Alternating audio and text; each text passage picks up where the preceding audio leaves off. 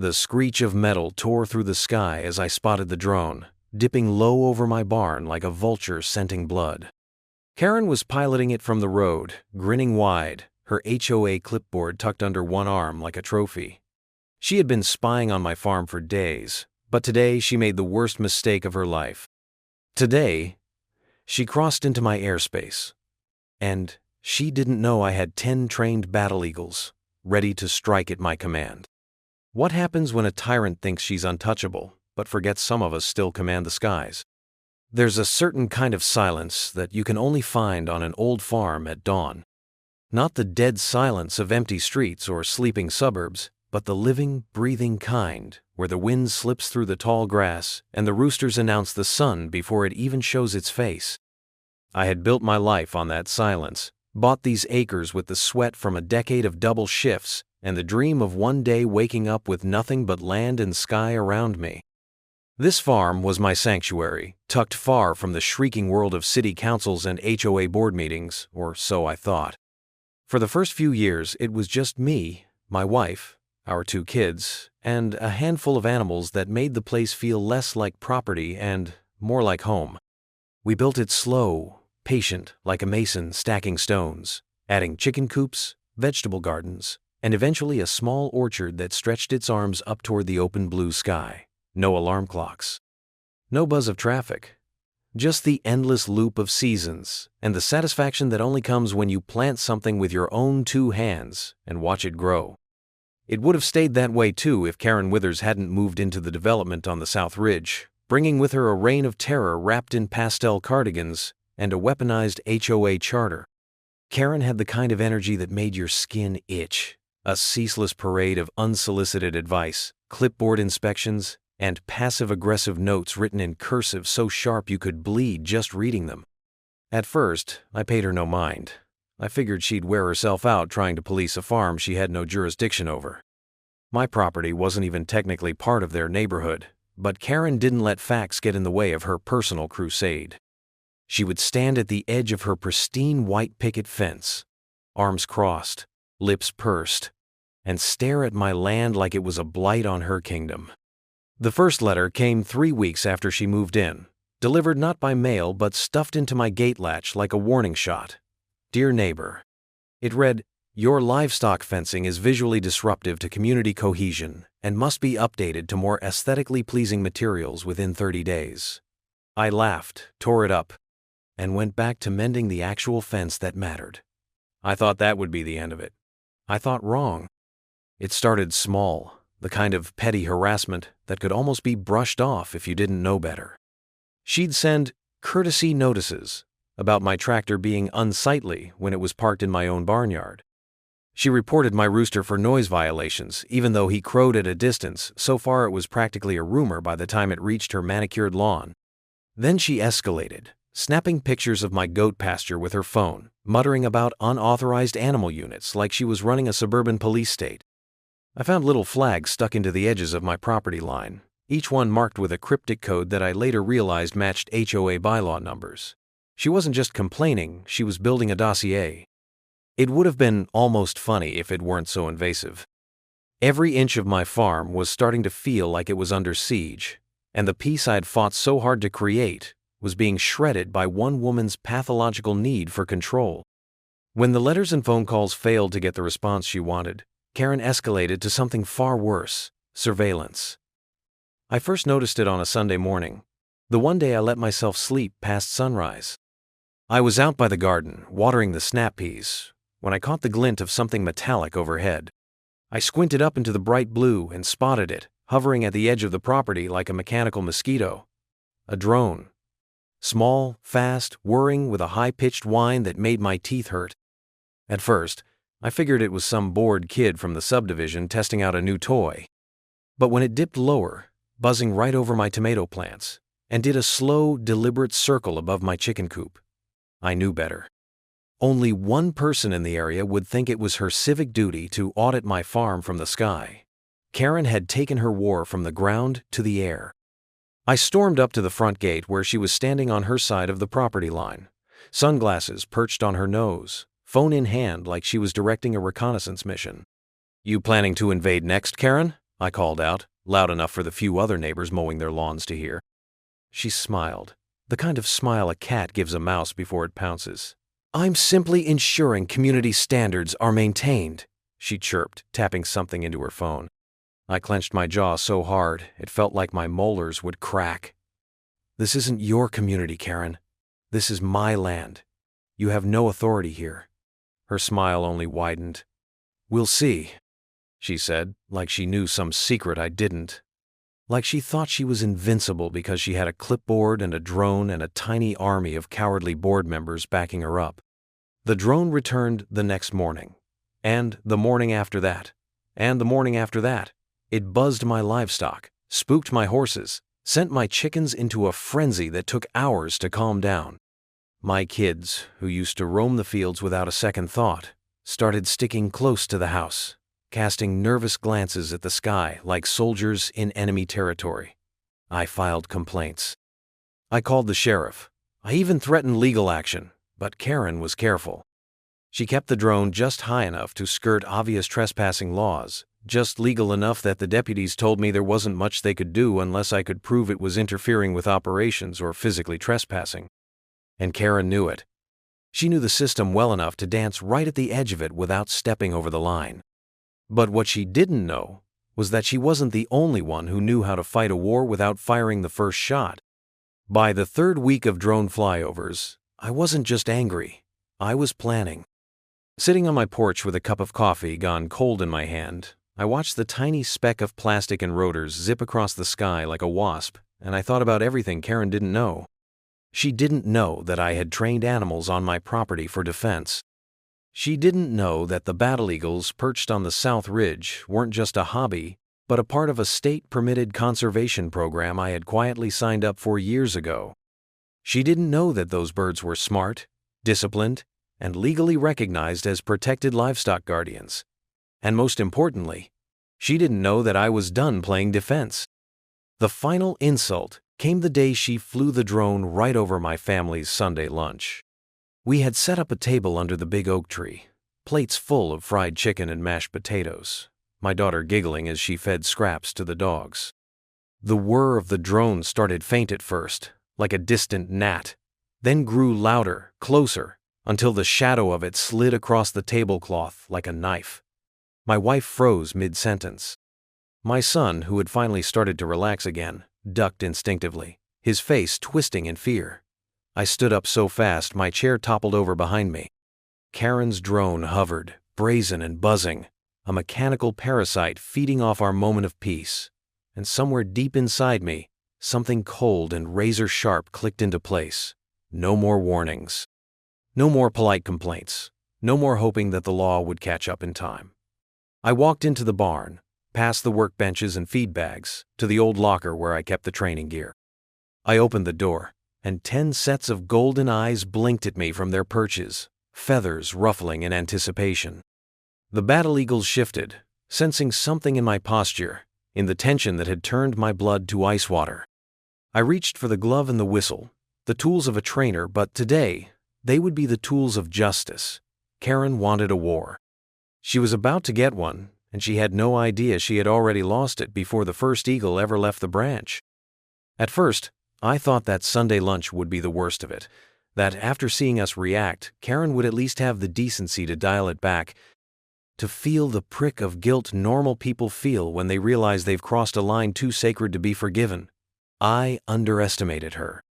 If anything, the invasion of our family meal only emboldened her, made her realize just how much power she could wield with nothing more than a plastic drone and an oversized sense of entitlement. The next morning, before the dew had even dried from the grass, the buzz returned, louder, lower, more aggressive. I found myself ducking under the clothesline with a basket of fresh laundry like a criminal evading surveillance, my pulse hammering at the humiliation of it. My wife, Rachel, who had always handled adversity with a smile and stubborn grace, stood frozen in the garden, her hands clenched into fists, her eyes burning not with fear but with a kind of quiet, boiling fury that scared me more than any HOA citation ever could. The drone wasn't content to simply buzz around the perimeter anymore. No, Karen had gotten bolder, It hovered close enough to the house that I could see the little camera gimbal tilting, scanning, recording. It swooped over the goat pen, sending the animals into a panicked stampede that broke the gate clean off its hinges. It nosed around the orchard, disturbing the beehives so badly that we lost a full season's worth of honey to stressed colonies. One afternoon, it actually swooped down toward the backyard, where my daughter was doing cartwheels, forcing her to run screaming into the house, tears streaking her sun-reddened cheeks. She was 8 years old, fearless with everything but that buzzing eye in the sky. I had to carry her into the living room and sit with her until her shaking stopped. My son, older but just as shaken, took to wearing his hoodie pulled up over his head even inside the house, muttering about spies under his breath. It wasn't healthy. It wasn't normal. And it was all because of one woman's sick desire for control.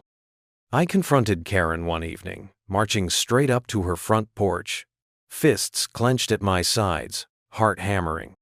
She opened the door before I could even knock, as if she had been waiting, expecting the visit, a satisfied little smirk playing on her lips. "You need to stop," I growled, barely holding on to my temper. "You're terrorizing my family, my animals. You've gone too far." She blinked innocently, feigning confusion. "I'm simply documenting potential community code violations," she said sweetly, as if reading from a script prepared by some HOA legal team. I stepped closer, enough that she had to tilt her head back to meet my eyes. "Your drone crosses my property line again, and you'll be hearing from my lawyer. You are invading my privacy. You are endangering my children. This ends now." For a moment, I thought I saw something flicker across her face. Maybe a crack in the armor, but it was gone in an instant, replaced by a lazy, dismissive wave of her hand. "If you're worried, perhaps you should reconsider some of your activities," she said, letting the words dangle in the air like bait. "The HOA will find something eventually. We always do." That was when it hit me. This wasn't about violations. It wasn't about aesthetics or community standards or any of the other thin lies she wrapped around herself like armor. It was personal. She wanted to destroy the life I had built because it stood as a reminder of everything she couldn't control, couldn't bend to her will. And she wasn't going to stop until she found something, anything that she could use as a weapon against me. The next morning, I found a yellow notice pinned to my gate, citing me for unapproved agricultural expansion due to a new row of corn I had planted on my own land, completely outside HOA territory. 2 days later, another notice, this time accusing me of operating an unauthorized animal breeding facility because our goats had the audacity to have kids without her written permission. Each notice more absurd than the last, each one a paper cut adding to the slow bleed of frustration and rage building inside me. It wasn't just the notices. It was the way she paraded around the neighborhood afterward, chatting with the other HOA members, laughing too loud, tossing around phrases like chronic non-compliance and habitual offender within earshot of anyone who would listen. She made it her personal mission to turn me into a pariah, to paint me as some reckless, lawless menace threatening the delicate balance of their cookie-cutter kingdom. I would catch her drone hovering by the barn while I repaired the tractor, recording my every move like I was a criminal building bombs instead of fixing a busted engine. It hovered by the house when Rachel hung laundry, by the coop when my kids fed the chickens, even above the fields when I was out sowing seed. There was no moment too small, too private, too sacred for her to invade. One night, after putting the kids to bed, I found Rachel sitting alone on the back porch, staring out into the darkness with her knees drawn up to her chest. "I can't do this much longer," she whispered, the words barely audible over the chirping of crickets. "I feel like I'm being hunted in my own home." Her voice broke on the last word, and something inside me cracked with it. I sat down beside her, wrapping my arm around her shoulders, and swore an oath I had no intention of breaking. Karen thought she was untouchable, hiding behind bylaws and drones and smirks. She thought she could harass and terrorize us with impunity, that her lies and cameras and cowardly tactics would wear us down until we either fled or bent the knee. But she didn't know the soil she was standing on. She didn't know what it meant to attack a man's family, his land, his peace. And she sure as hell didn't know what kind of retribution she had just signed herself up for. The escalation didn't stop. Karen's drone started making passes at night, its tiny blinking lights flickering against the black sky like malicious little stars. It would hover just outside our windows, the mechanical buzz scratching at the edge of sleep, a constant, low-grade terror that seeped into our dreams. More notices came, this time citing me for excessive outdoor lighting because of the security floodlights I installed in response to her surveillance. She tried to claim that the eagles we trained were a nuisance to the visual harmony of the neighborhood, conveniently ignoring the fact that my land wasn't governed by her HOA rules. She even filed a report with animal control, claiming that my birds were a danger to public safety, a claim that was not only laughable but quickly thrown out once the officers saw the legitimate permits and training certifications pinned neatly to my barn wall. But even legal victories felt hollow when the war was being fought with shadows and rumors and the constant feeling of being watched. I couldn't leave the house without wondering if Karen was documenting my every move, twisting it into something ugly to feed to the HOA board. I couldn't let the kids play outside without scanning the sky first, without calculating the risk of letting them live like normal children versus keeping them locked up inside like prisoners. The land that had once been our sanctuary had become a battlefield, and every morning that the drone returned felt like another invasion, another violation, another act of war. And still, Karen smiled. Still, she laughed with her circle of sycophants at HOA meetings. Still, she bragged about how the HOA will find something, in that sing-song voice that made my blood run cold. She thought she was winning. She thought that by bleeding us slow, by needling and spying and twisting the truth, she could force us into surrender. But Karen didn't understand the simple truth that every farmer knows in his bones. You don't plant seeds without expecting a harvest. And Karen had spent the last month sowing storms across my land, across my life, across the people I loved most. The time was coming when she would have to reap what she had sown. And when that time came, it wouldn't be rain falling on her smug little kingdom. It would be talons and thunder and fury from the sky itself. It happened on a Thursday, the kind of heavy, humid day where the air sticks to your skin like a second, miserable shirt. I had spent most of the afternoon in the barn, repairing a busted feed line for the horses, when I spotted the county truck kicking up dust down the main road.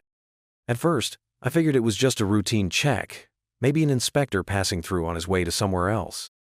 But when the truck slowed, turned into my drive, and crunched to a stop right outside my gate, I knew better. A man climbed out, official in his crisp button-up shirt and clipboard in hand, his mouth set in a grim line. He didn't even bother with small talk. "We received a formal complaint," he said, flipping through his papers, not even meeting my eyes. "Several, actually." He pulled out a thick file, too thick for any normal situation, and handed it to me. I stared down at the front page, my stomach knotting as I read the words stamped across the top. Notice of pending seizure, non-compliance with local agricultural and community ordinances. I flipped through the file, each page heavier than the last. Photographs, my farm from angles I had never authorized, grainy shots of my livestock, my machinery, my family, all tagged with little sticky notes highlighting supposed violations. Unpermitted structures, unauthorized animal husbandry, environmental hazards, blight complaints. It read like a catalog of sins, each accusation more absurd than the last, and every single one built on doctored images that twisted the truth into something ugly, something criminal. In one photo, Karen's drone had captured a goat that had slipped through a loose gate, wandering near the neighbor's hedges, and she had framed it as livestock endangering public safety. Another showed a pile of old lumber stacked neatly behind the barn, materials for a new chicken coop, labeled as illegal waste disposal.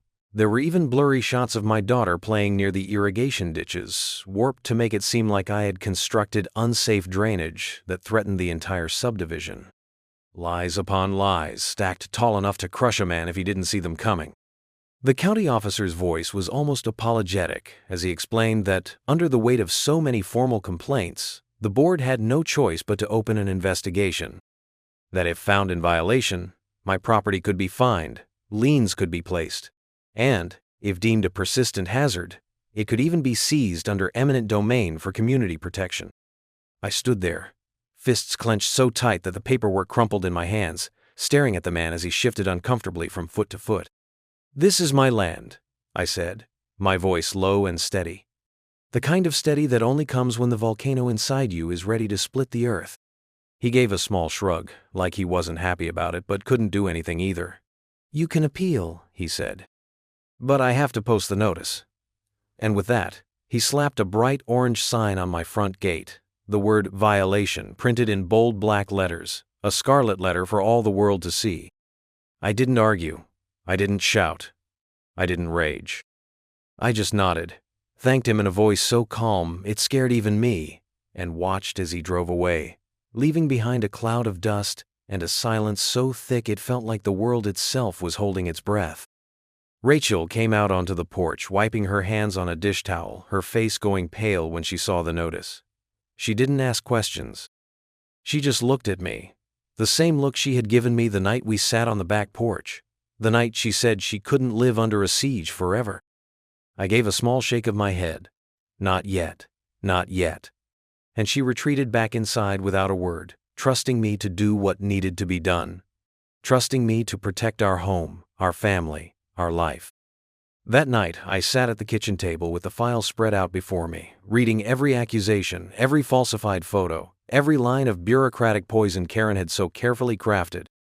I could almost see her, sitting at her kitchen island with a glass of overpriced Chardonnay, gleefully piecing together this tapestry of lies, imagining the moment when she would finally drive us off our land and declare victory over the last piece of wilderness that dared to defy her order. She must have thought herself brilliant, cunning, unstoppable. She must have thought that no one would question the mighty HOA president with her army of rules and her drones and her carefully curated army of yes-men. She didn't know that she had just made the worst mistake of her life. I didn't tell Rachel what I planned that night. I didn't tell the kids. I didn't call the sheriff or the county commissioner or my lawyer, even though my gut burned to bring them all down on her at once. No. This wasn't a problem that would be solved by paperwork or protests.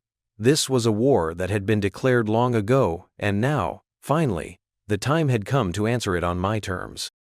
I sat in the dark kitchen, the file glowing under the single hanging light, and I smiled a slow, cold smile that felt more like a wolf baring its teeth than anything human. Let her think she had won. Let her think her little orange violation signs and doctored photos and smug declarations had broken me. The farm had taught me patience, taught me that the strongest storms do not announce themselves with thunder. They gather in silence, swelling, darkening, until they are ready to tear the world apart. Over the next few days, I let Karen bask in her supposed triumph. She strutted around the neighborhood like a victorious general, bragging at HOA meetings about how compliance measures were finally being enforced and how persistent offenders would soon face the consequences. I caught snippets of conversations, whispers carried on the wind by neighbors who dared not speak too loud for fear of becoming her next target. I didn't respond. I didn't rise to the bait. I went about my chores, my head down, my hands busy, my mind sharp as a razor's edge. I repaired the goat fence. I tended the gardens. I trained the eagles, working them harder, longer, sharpening their instincts like whetstones on steel. Every move I made, every action I took, was preparation. Not for defense, not for survival, but for war. I contacted an old friend, a wildlife lawyer who owed me more than a few favors, and quietly updated all my permits for the eagles, making sure every legal shield was polished and ready. I installed additional cameras around the property, hidden in places even a seasoned spy would miss, ready to capture the evidence I would need when the time came. I studied the drone's flight patterns, noting when it appeared, how long it lingered, what areas it favored. I mapped its routes in my head, over and over, until I could predict its movements like clockwork. I rechecked the airspace regulations, the livestock protection clauses, every legal loophole and precedent I could find. By the time I was finished, the battlefield wasn't just ready, it was primed for annihilation. And all the while, Karen flew her drone a little lower each day, growing bolder, cockier, convinced she was safe, that she was untouchable. She didn't see the trap slowly closing around her. She didn't hear the thunder gathering beyond the horizon. She didn't feel the ground shifting under her feet, but she would, very soon, very, very soon. Because I had spent my life learning the land, learning the weather, learning the slow, deliberate patience that comes before a storm. And now, the storm was almost here.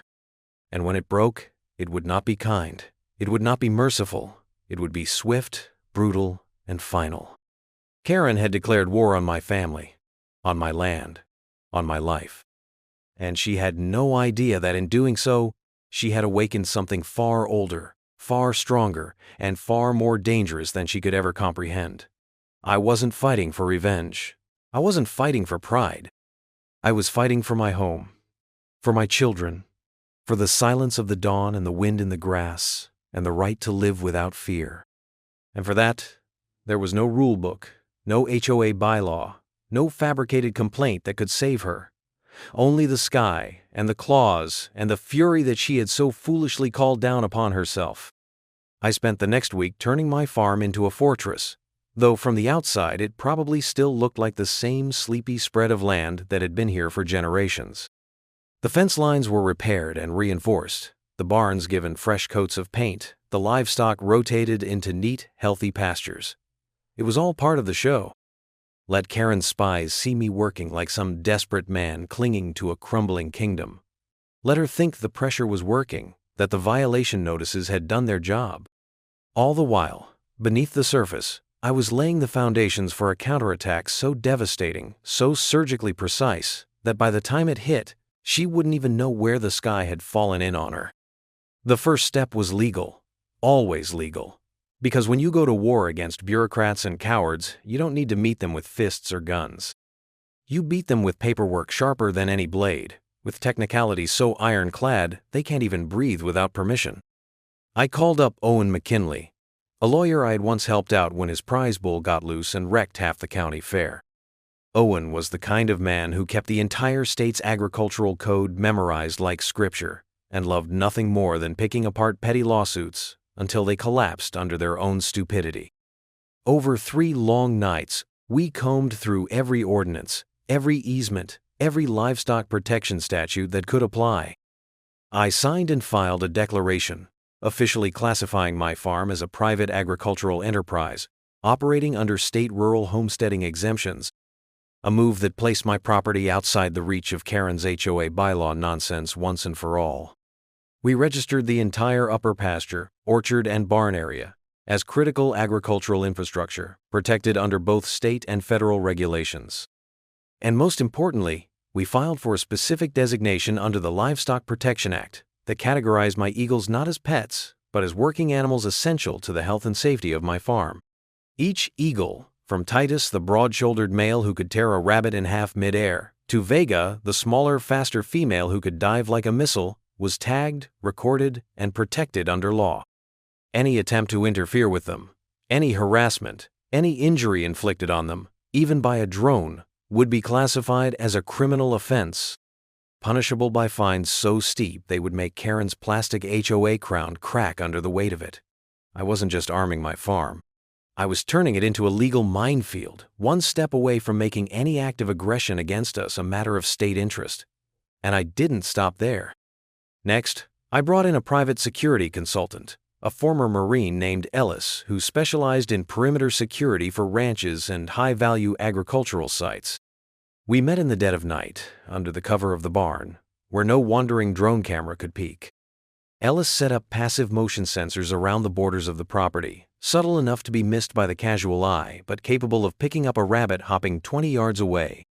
He taught me to reroute the feeds from my hidden cameras into a cloud backup system that couldn't be wiped or tampered with, even if someone seized my physical equipment. Every square inch of my farm was now under my eyes, not Karen's. If she so much as sneezed in my direction, I would have it recorded from 3 angles and uploaded to a dozen servers before she even realized she was being watched. The final piece was the eagles themselves. I upped their training, moving from basic defensive routines to full tactical drills. Every morning before sunrise, I took them out into the misty fields, their talons gripping heavy leather gloves, their golden eyes sharp and hungry for purpose. We worked on high-speed intercepts, mid-air targeting, formation flights. I had them practice reacting to moving objects shaped like drones, tossed into the sky by mechanical launchers. I trained them not to destroy immediately, not yet, but to stalk, to shadow, to harass just enough to drive the operator crazy, to make every flight a nightmare of evasions and aborted missions. They would wait for my signal, a series of specific whistles, and only then would they unleash hell. In the evenings, I sat in the barn with Rachel, poring over the final contingency plans. She wasn't just in agreement now, she was my partner in this. She packed records into waterproof cases. She memorized the whistle codes for emergency dispersal of the eagles. She made phone trees with our lawyer, our neighbors, even the sympathetic deputy sheriff who hated the HOA as much as we did. If Karen somehow tried to spin the coming storm into an attack against her, if she tried to weasel out of it like she always did, there would be a tidal wave of evidence ready to drown her before she could open her lying mouth. Still, we gave Karen one last chance, one final warning to back off, to retreat with a shred of dignity before the hammer dropped. Owen sent her a formal cease and desist letter via certified mail, outlining every violation she had committed: illegal aerial surveillance, harassment, endangerment of protected livestock, defamation. The letter made it clear that any further incursion onto my property, by drone or otherwise, would trigger immediate legal action, including civil suits, criminal complaints, and injunctions powerful enough to choke her precious HOA in a stranglehold of litigation for years. We even included copies of the relevant statutes, highlighted in cheerful neon yellow, so there could be no misunderstanding. Karen received the letter 2 days later. I know because I watched from the porch as she stood at her mailbox, lips moving silently as she read, her hands shaking slightly. For a moment, just a moment, it looked like she might break.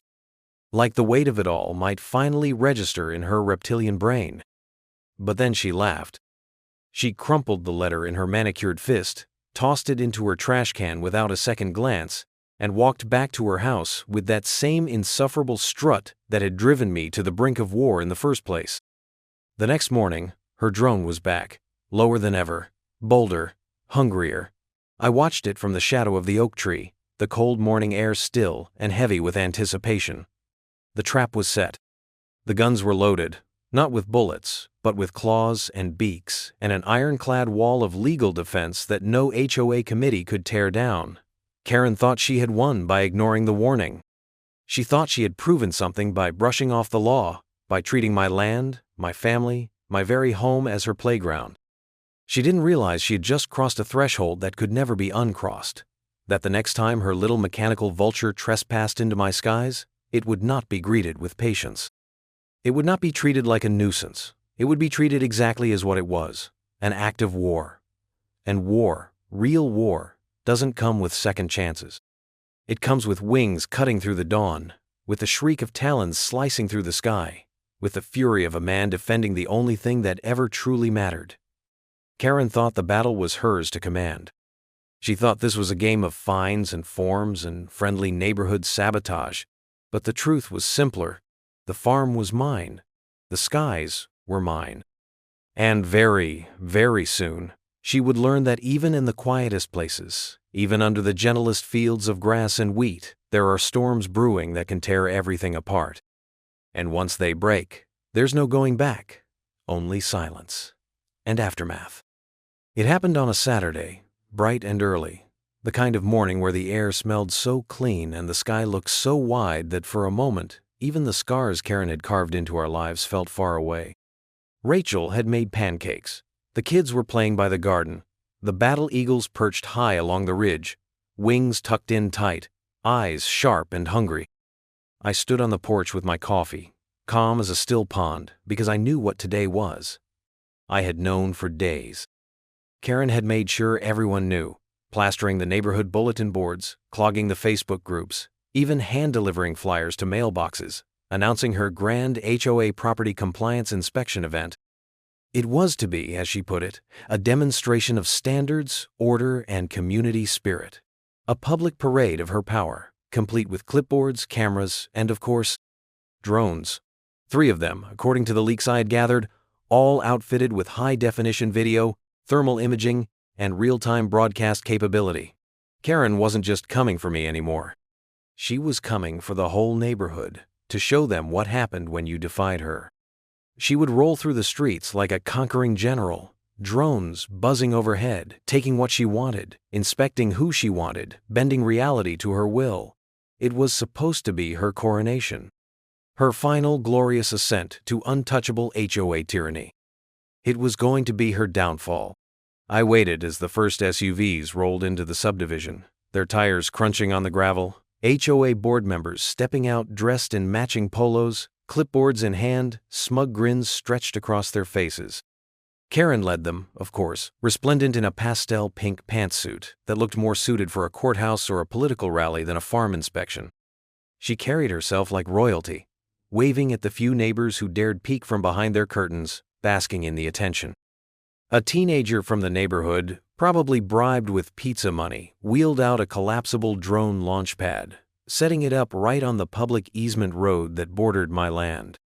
Karen strutted up to the pad, nodded once, and 3 drones lifted into the sky with a mechanical whir, each one snapping into perfect formation like miniature attack helicopters. I watched them rise, sipping my coffee slowly, savoring the moment. Across the fields, on their hidden perches, the eagles tensed, their golden eyes locking onto the moving shapes above with razor precision. The battle had begun. The drone zipped forward, cutting across the boundary lines, soaring above my orchard, my barns, my home. Karen stood beside the launch pad, one hand shading her eyes, a satisfied smile on her face as she barked orders into a radio clipped to her belt. I could hear her shrill voice carrying across the distance. "Focus on the livestock pens first. Capture the unauthorized structures. Record everything." Her clipboard-wielding minions scurried like ants, snapping photos, pointing at nothing, inventing violations out of thin air. This wasn't an inspection. It was a full-blown invasion. And it was exactly what I had been waiting for.